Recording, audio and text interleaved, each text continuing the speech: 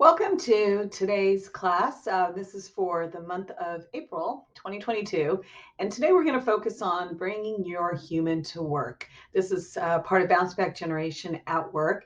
For those of you who don't know about our organization, Bounce Back Generation is a nonprofit that creates and shares tools to build resilience for the stressful times that we live and work in.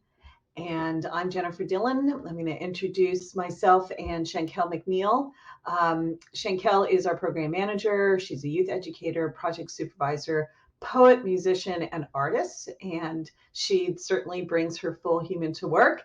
And I'm Jennifer Dillon. I'm the CEO and founder of Bounce Back Generation. I'm an affirmative attorney, a nonprofit leader. I'm certified in trauma studies. I'm also a certified group meditation instructor, which is what that picture is of me leading a meditation, telling us to remember to separate ourselves from our thoughts. And I love to think about ways to build community. So what is a community learning and support space? It's a place where we can learn together, sharing our experiences to build community resilience. We typically have an audience for this, but we do not record it because we want people to feel really free to express themselves in our presentations and webinars. So this is a re-recording so that we don't have to have people feel like they're on a recording on a public platform. So welcome. This is what we're going to talk about today.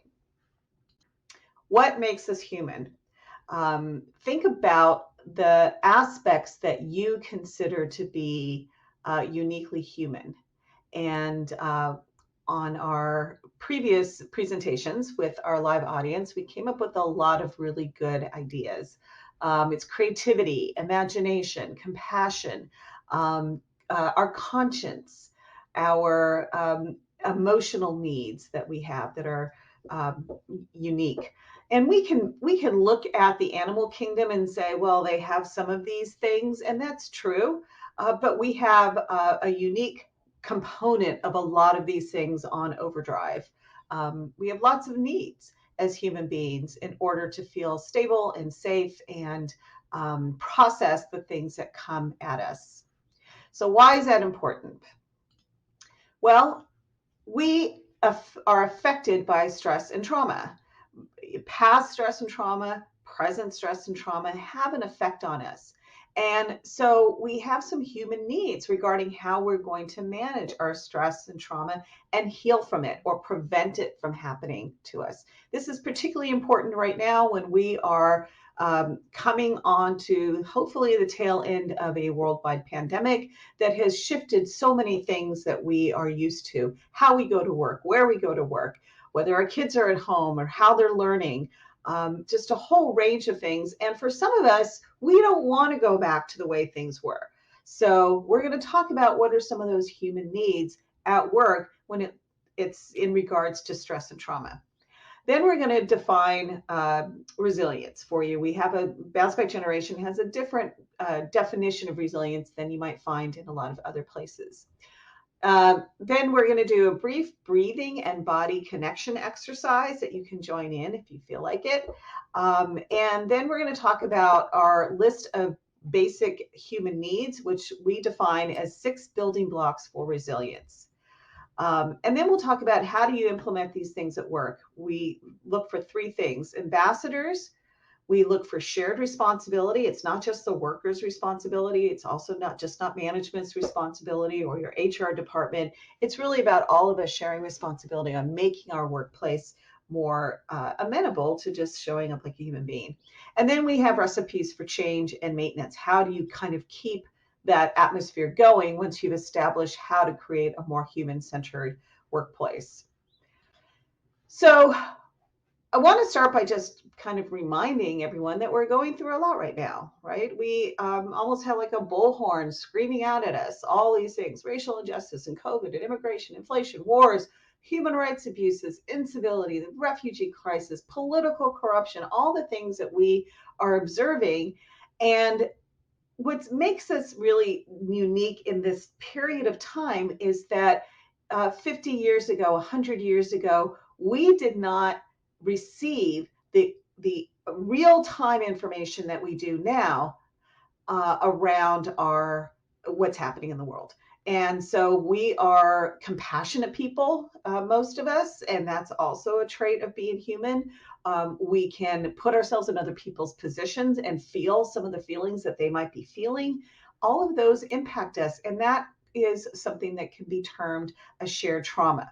When we're kind of going through things together that are impactful, that doesn't mean that you're experiencing the exact same thing as someone who, for example, might be going through a horrible war, but you are affected in some way or another. And we'll talk about what it means, what the word trauma means. So, trauma is a terrible event that overwhelms our capacity to cope. This is a very simple, basic idea of what trauma is. And we use this very simple and open definition because it's very difficult to say who has experienced trauma or what is traumatic for one person versus another. For some people, getting into a car accident that's a fender bender may just be like, well, whatever. And for the next person, it might be a very traumatic event. It might bring up other feelings. It might have terrified them at the moment and they can't get through it. So we don't want to judge what trauma is for each other, but we do want to have a stable definition. And this, by the way, is a basic definition that comes from the American Psychological Association. Then we have toxic stress. Toxic stress is ongoing chronic stress that just wears us down. And this is very unhealthy for us. It can just erode our body's defenses. It can lead to burnout where we don't want to go to work anymore. Don't want to go to school. We don't want to deal with the situation that is either causing us stress or just adding more stress to us. And finally, there's something called adverse childhood experiences, or ACEs. And those include childhood abuse, neglect, household dysfunction. Household dysfunction is things like witnessing domestic violence, living with someone who's an alcoholic or has a drug problem.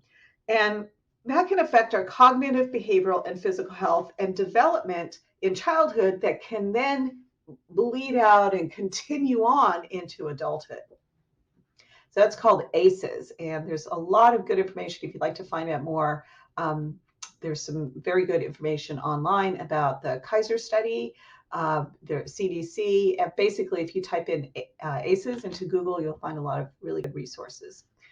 So many of us have some effects of toxic stress or trauma in our lives. We could show up to work with childhood trauma in our past that has really changed the way we looked at the world, changed the way we react, heightened our reactions to things, increased our sense of fear or anxiety or vulnerability.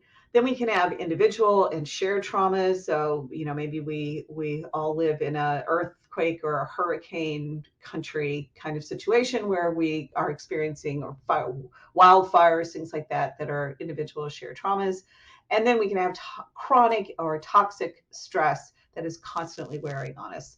So how do we honor and integrate it in our mind, body, and emotional responses to these three, kind of potential stressors that we all might have? Then we also want to add that there are, things that we call equity issues, which means that some people are showing up to work with more stressors built in because of the systems that we live in. So you can talk about people who are historically oppressed, for example, through racism. You can talk about people who are showing up to work with extra burdens, like they're a single mom or a single dad, or they're taking care of an elderly parent. And so they've got all that to deal with. And we frankly don't have very good systems for how to help people manage that. Oftentimes it's just you manage that and then you go to work as well. You could be a refugee or have uncertain immigration status and bring all of those memories and uncertainties into how you're showing up to work because it's an ongoing stressor, what's going to happen next, or it's getting over what happened in the past. So really, we're looking for anyone who's not attuned or able to live up to the general codes that we require at work. So we're kind of covering it up. We're showing up to work with that extra energy to cover up what's going on. Now, lest we think that trauma, toxic stress, dealing with all of these issues is kind of not me. Everybody else is dealing with it, but it's not really that big of a problem. There was a survey done in 2016, so we're looking at pre-pandemic, showed that 70% plus of the world's population have had a traumatic experience or adversity in childhood or are exposed to chronically stressful events. And you can look up this study. It was done by the World Mental Health Survey Consortium. So what does that do to us? So chronic stress and trauma's effects on us are cognitive. Think about when you're stressed out, you're not really always thinking at your highest level. You're just trying to protect yourself or deal with what you're feeling inside. That's behavioral. You might reach for something to try to make yourself feel good, and that something may not be the best thing for you. It might, drugs, alcohol, risky behaviors, things like that. Then there's emotional effects. You could show up to work moody, angry, anxious, inattentive, things that just, kind of expressing, trying to suppress or trying to manage what is going on that's causing you stress. And then finally, there's physical results. After some period of time, your body is dealing with the effects of stress. It wears us down, and there are many illnesses that can come from that. And also, some of those behaviors that we might adopt to try to make ourselves feel better, like the drugs, alcohol, etc., might be harmful to us long term. So, if you'd like to learn more about how stress and past trauma affects our body, you can look at the Kaiser study on stress and adversity and ACEs on the CDC website, which you can see right here. So we are really explicitly told, or it's implied, that we're not supposed to bring these human responses to work. It feels like too much emotion. It's not up to the code of where we're supposed to be. And this code was typically developed by men in the 1950s or 60s. You show up to work, you do your job. Nobody needs to know what's going on with your life.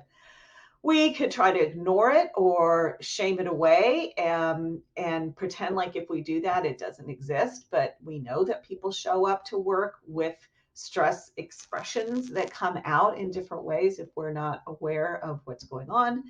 And then finally, we have, the group of people who are the tough guys or the tough girls that show up and say, I don't need any care or worry about me because I've got it together all the time. And that last one tends to be the way that we typically describe resilience. You're so tough, you grit through it, you persevere no matter what, and that's what makes you resilient. Well, that's an outcropping of resilience. In order to be able to keep going through things, you have to have certain things in place. So I would say that what me worry, I've got it all together all the time, is either someone not telling the truth or somebody who has exquisite resilience tools, which most of us don't have. So humans need to manage our primitive kind of fight or flight or freeze responses to stress and trauma. So what happens when we get stressed out or we get super traumatized by something? We go into fight or flight, right? Fight, flight, freeze. And our hearts beat. We start to, our stomach might tighten up because our bodies are really getting ready to run or to hide or to fight. We breathe differently. Our brains work differently. We focus on things. Even our eyes, the way that we focus on things is different. So these are all kind of primitive responses to help us to run away from, the prey, the lion that's chasing us on the savannah. And we're not doing that anymore. The lions that are coming after us are the person who flipped us off while we were driving on the way to work, or the person in the cubicle next to us who's, whispering about us, or, whatever, the many things that happen that just feel like I'm being attacked in some way, and my whole body is going into reaction for that. So how are we going to manage these kinds of physiological reactions to things? We need to figure out how. So we're looking towards neurobiology, we're looking towards human development, and we're looking towards this as an evolutionary perspective. In order to understand ourselves, develop better, and really see ourselves in a new evolutionary light, we need to get on top of these responses. And bounce back generation has identified certain things that are necessary in all three of those aspects. And those are safety or protection. We need caring relationships. We need to have really good coping skills. We need ways to build confidence in ourselves and feel like we're effective in the things that we do, that we matter in the things that we produce and create are important. We need to feel that we belong, and we need to be storytellers. And that's not that we just need to stand on a soapbox and tell our story necessarily, but we need to be able to talk about what happened and be heard. And through that process, create meaning and apply our values to what happened to us. So this is our definition for resilience for Bounce Back Generation. We see resilience as a process or as a journey that we're all on. And in that journey, we start to become aware of how toxic stress and trauma are affecting us. And not just us personally, but the entire human population that has a stress response. Just understanding that it's just being human. It's just how we are built. And then we want to be able to honor our own individual and unique responses so that we know ourselves better. We understand when that happened to me, that really messed this up in me. This did this certain thing in me. And this is how I reacted to it in order to get through it. And then once we start to understand ourselves, we're able to make changes. We're able to make changes in the way we respond, the way we behave, the way we care for ourselves. And in doing that, we increase our ability to live up to our fullest potentials. So let's do just a little exercise here about getting into a state where our brains and our bodies are connected. And before that, I just want to say that what we're advocating for is not that work be therapy, but that work can be what's called trauma informed, meaning we're aware that people are showing up with these kinds of feelings that they're suppressing or they're not suppressing. And it might be getting in the way of work, it's getting in the way of building teams and all of that. And in order to be trauma informed, you want to, first of all, be a place where you're not adding unnecessary stress. You want to create a place where people can feel a sense of accomplishment. You want to be able to develop really healthy teams and allow people to build relationships with each other. The place should be safe to be, emotionally safe, physically safe. We want work to be a place where we can explore our capabilities and improve those capabilities and abilities so that we feel that we contribute. And when we contribute, we feel like we belong, hopefully. And then finally, we want to find meaning and express our own personal values through our work. That's a very important aspect of our work. So let's do a little exercise to just get in touch with our brain and our body. When we feel stress, when we experience trauma, it is felt and expressed in many ways in our body. When we think of mental health, we think it's all in our heads. But it's really about balancing what's happening in our head and what's happening with our bodies and having them communicate in a way that we can manage both. We can use our brain to manage our body, and our body can be effective to help us to calm down and be healthy. So if you look at this statue, it's just an example of a posture. And by posture, I don't mean you have to cross your legs, but a sense of stillness and connection in our brains and body. So one of the things you could do is just look at how this statue, how this kind of perfect Buddha kind of look, meditative look, how the head is resting gently on the neck. There's no tension there. There's no kind of, jutting forward or holding back, or it just feels like, can you get your head to feel like it's floating on your neck? And you might have to kind of turn your head a little bit and move it around to kind of loosen it up, and then just let it gently rest on your neck. Now think about where your shoulders are. Are your shoulders up at your ears? Are they, relaxed down where they feel just, kind of stable and in place? Then you want to kind of put your attention on your upper arms and your lower arms, and then into your hands. Where are they? Are you connected? Are you aware that you've got these, wonderful hands that do so many things for us? Our arms, our elbows, whatever you have that works in your body, just acknowledging it, that, hey, that's there for me to use. And then finally, we want to just think about kind of a warmth and a gentleness and just an awareness of our chest, our heart, our lungs, and then down into our stomach, and just feeling that everything is just calm and in its place. And now we're going to take some breaths. And the first breath is going to be an in breath where you want to feel your belly kind of bulge out, push out when you take a breath. And you want to hold it for 4 seconds and then breathe slowly through your mouth for 7 seconds. And when you breathe out, you're going to feel your chest fall. So I'm just going to demonstrate this. So this is something you can use anytime you need it, if it works for you. So breathe in through your nose, letting your stomach come out. This is a belly breath. Hold it for 4 seconds. And then breathe out slowly through your mouth for 7 seconds. And when you breathe out, feel your chest come back down. So do it again, breathing in with your stomach coming out. Hold it for 4 seconds. Then breathe out for 7 seconds through your mouth, letting your chest come down. And then just check in with yourself. Do you feel more relaxed? Do you feel more centered? I sometimes feel a little tingly when I do that. And it's just like, oh, I remember I have a body again. So it's a very simple exercise, but it really is indicative of how important it is for us to be connecting to ourselves, our brain, body, and finding some balance during the day. So now I'm going to show a video that can help us to kind of remember, first of all, what it was like going into the office.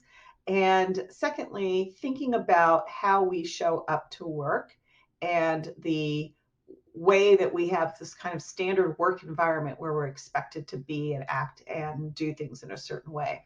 So I'm going to play this video and we're just going to watch what's going on.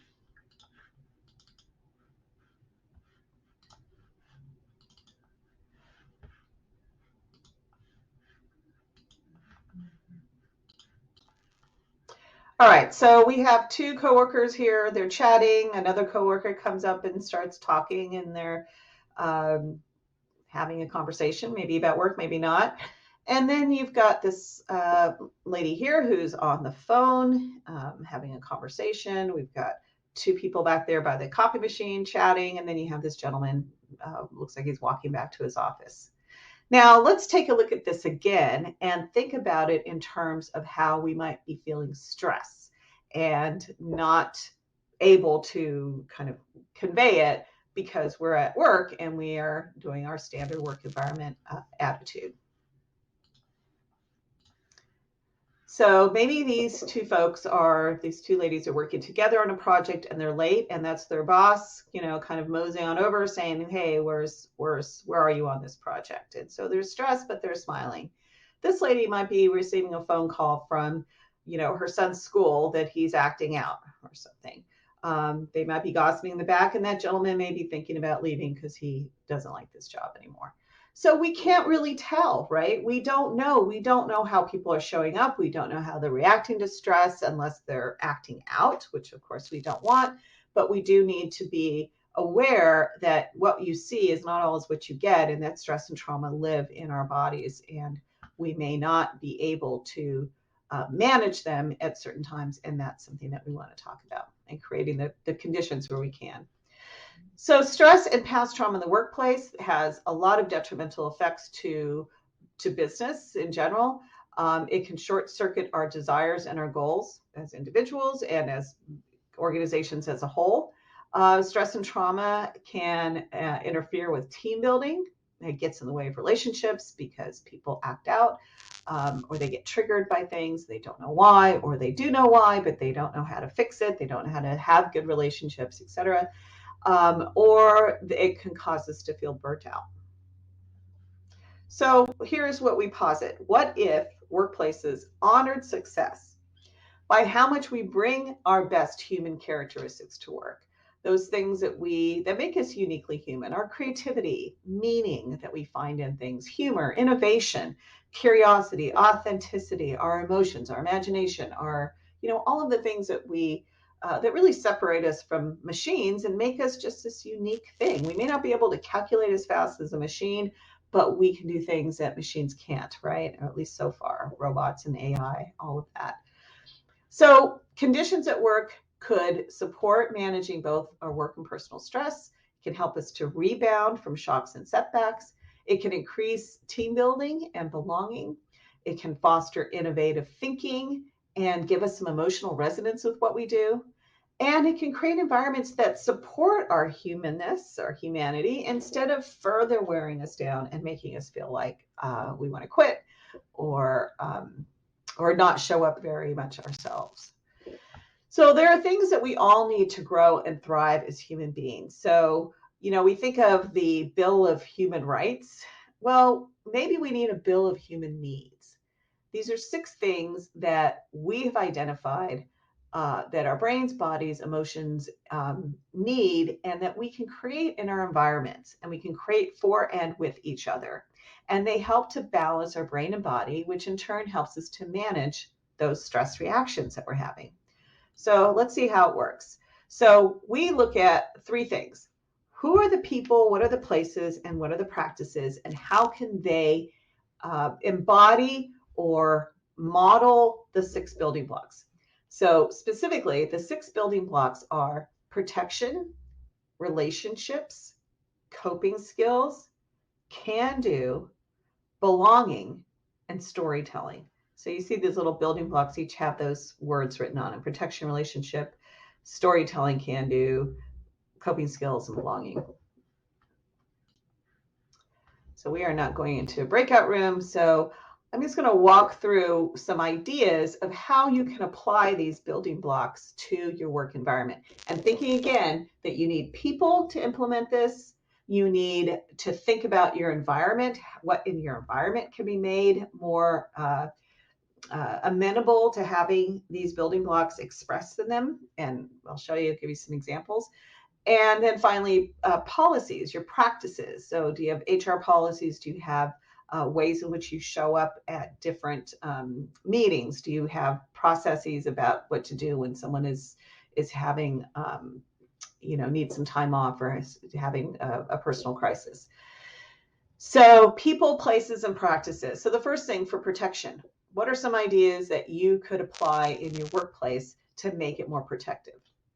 So it could be simple things. And I'm going to use some examples from past clients and presentations that we have done with different kinds of organizations, from nonprofits to government organizations to private companies. So protection can be as simple as physical protection. Is the stairway safe? Can you walk from your parking lot to your office in a safe way? Is the Zoom that you're using safe from someone hacking it? Is it an emotionally safe place? Is it someplace where when people show up and they're different, they're not treated like, another, or they're not disrespected? Is it mentally safe? Are there things that are happening in that job that are clearly things that can be mentally imbalancing for anybody? So if you're it's hard to think of what it could be, but I think of those people who work and review social media. Very difficult job because they have to go through and watch things and determine if they're safe for people. And there's some horrible things on the internet, as we know. So then we've got relationships. Close, bonded, in case of emergency person means we create spaces where people can build relationships. We make it easier for people to build relationships. It's really important for children to have bonded and close relationships with their caregivers. As adults, we still need close relationships, and we do need one bonded person, somebody that we know we can call when everything is falling apart and we need help. There are times in my life where I can't handle what's happening and I need someone to be there to help me. So how do we do that? So we could create a space where people can sit and talk and have lunch together, go out for coffee. Maybe there's things you do in meetings to prompt people talking about their favorite hobbies or their things that just bring us closer together. We understand each other better. Just really making a place that is more open to relationship building is something that I think we don't think about. But then if you scan your workplace environment, you might see barriers to that. Maybe you've got cubicles that go all the way up, or everyone's in their own office with the doors closed, or half the organization is online at home, and the camera's always off and you don't know they don't, maybe we've hired people you don't even know what they look like because you never see them in person. So there are things we can do to kind of remove barriers to relationships. Then there's coping skills. So coping skills, there's a whole bunch of different coping skills that we can all have. I mean, there's as many coping skills as there are people, because anything can be a coping skill if it makes you feel good. So coping skills are simply things we do to feel good. But a good coping skill is something that helps you to feel good today and even better tomorrow, even more strong tomorrow. So we might have a coping skill at, I've worked in offices where the coping skill is everybody goes out to the bar, drinks themselves silly, then they go home and eat a burrito or something and fall asleep, and then they don't feel great the next day. And you drag yourself to work a little bit, or a lot, or call in sick because that coping skill has now made you feel worse. So what can workplaces do? Well, we can talk about coping skills. We can offer different ways that work for people, and have conversations about, one group that we did a presentation for, a workshop for, several people said that they sat in their cars before they went, when they got home and they pulled up in their driveway, they sat in their cars for 5 or 10 minutes and listened to music or just rested, kept their eyes closed so that they could shake off work before they went in their home and spent time with their family. So that's just a great example. Can we share those? Can we work together on building coping skills? Then we've got can do. Can do is just building up your sense of confidence, learning, competence. So that's the ability to do things that you love and the room to build up how you do those things and how good you can get. It's not about being the best. It's about having something that you get lost in, you love to do, and being in a place that allows you to explore those things when they connect to the work that you do. And if they don't connect to the work that you do, there's definitely a benefit to, outside of work, having hobbies and things that you love to do that get you away from work and get you to think differently and get you to feel good about yourself, right? So what are ways that we can encourage that? At work, we can encourage people to learn more around the work that they do if they're interested. They might be interested in learning about the work that other people do in the organization and just seeing if they like it or they can understand it better. But mostly, we want to really encourage people to be exploring their hobbies and getting into flow, allowing themselves to kind of focus on something that they love to do. And if their work itself is something they love to do and they get into flow, give them that opportunity to do so. And I think a lot of people now who are working from home are saying, I can do my work better because I don't have all these distractions of someone knocking on my door or, all the distractions that happen at work. Next is belonging. This is something that I think a lot of organizations are working on right now, and that's our inclusion. How are we including everyone? How are we making sure that this is a level playing field for everybody? But it's also a little deeper too, and that is just personally creating spaces where we can recognize ourselves and other people. So when we're going through diversity, equity, and inclusion training, for example, we might be feeling separate from people of a different race because we're bringing attention to it. Can we find ways to make connections between different groups, whether it's racially or different departments or people who just are very different in personality, but finding ways to find connections. Maybe, you've got the gruff guy who doesn't talk much in one office, and you've got the really friendly lady in the other, and they have nothing in common until they both realize that they love to knit, for example, right? Like who knew? And people can develop a sense of belonging, connection when they find those kinds of connections. And there's no reason why work can't make those connections seem more available and make them develop more organically. Finally, there's storytelling. Storytelling doesn't mean that we're going to give a soapbox to everybody at work and say, stand up and tell us your whole life story. It's really about giving people an opportunity to process things that happen. So if there's something that happens at work that feels really intense, that might be a good time to sit everybody down and do some storytelling. How is this? How are you processing this? What does this feel like for you? What does this mean for you? How does this event fit into your values or what you think the organization's values are? So think about something like a massive layoff and the people left behind and how they're feeling about that. What that does is it allows us to give meaning to what's happening. It allows us to process, allows us to talk about how our values fit in with what's happening. And then it gives us some sense of what we're going to do next. The other thing is that it's very difficult to realize that you're a resilient person until you look back at what happened to you and say, wow, I was there. And then this happened, and then I made this decision, and then I changed this, and then now I'm in the place I'm at, and it's a better place, and I realize how resilient I am to have gotten from that terrible place to where I am now. So it's just a really good way to recognize your own resilience. So these are the 6 building blocks for resilience. Also, we can look at them as the building blocks to bring our humans to work, the human conditions and human needs that we have at work. And if you're interested in getting just a little mini poster of this, if you visit our website at bouncebackgeneration.org, you will see a pop-up that'll come up, and you can put in your email address, and it'll give you a PDF of a little mini poster for the 6 building blocks. So finally, just to wrap it up, BBG at Work is a program that Bounce Back Generation has developed that looks at increasing these 3 areas in workspaces. First of all, we can train staff to learn about and implement the 6 building blocks for resilience within their spheres of influence, and that creates ambassadors. In organizations, there are people who will never be interested in what you're doing, don't want to be part of it, and then there's going to be people who are really into it and think this is great and have lots of ideas. And you want to capture those people who think it's great and have lots of ideas, because they can become ambassadors for change and for implementation, and have fun with it. And it's kind of like a can-do thing. Some people love to, throw parties or get people together or do meditations in the break room or whatever it is. And you want to allow people to express that.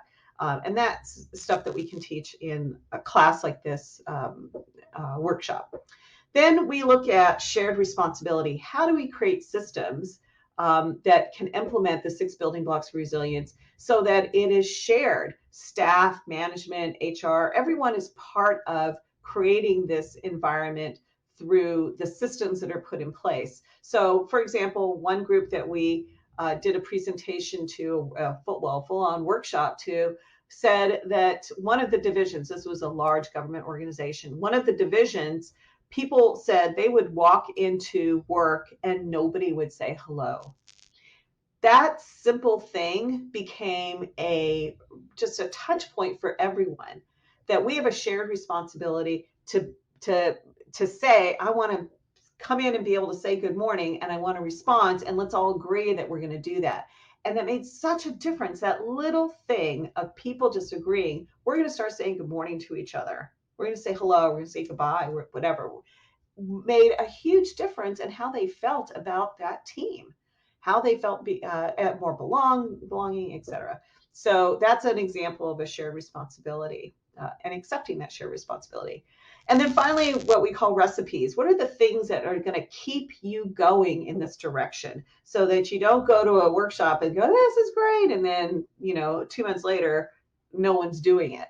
So that's where Bounce Back Generation, we do monthly communications to management staff and HR that can support individuals and organizational growth. For example, we could send a prompt to the workplace that says, here's something to promote building relationships.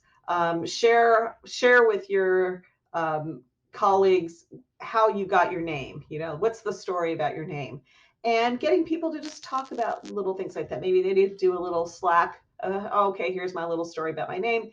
And people are just going to learn more about each other. And then the people who get to tell those stories feel better understood.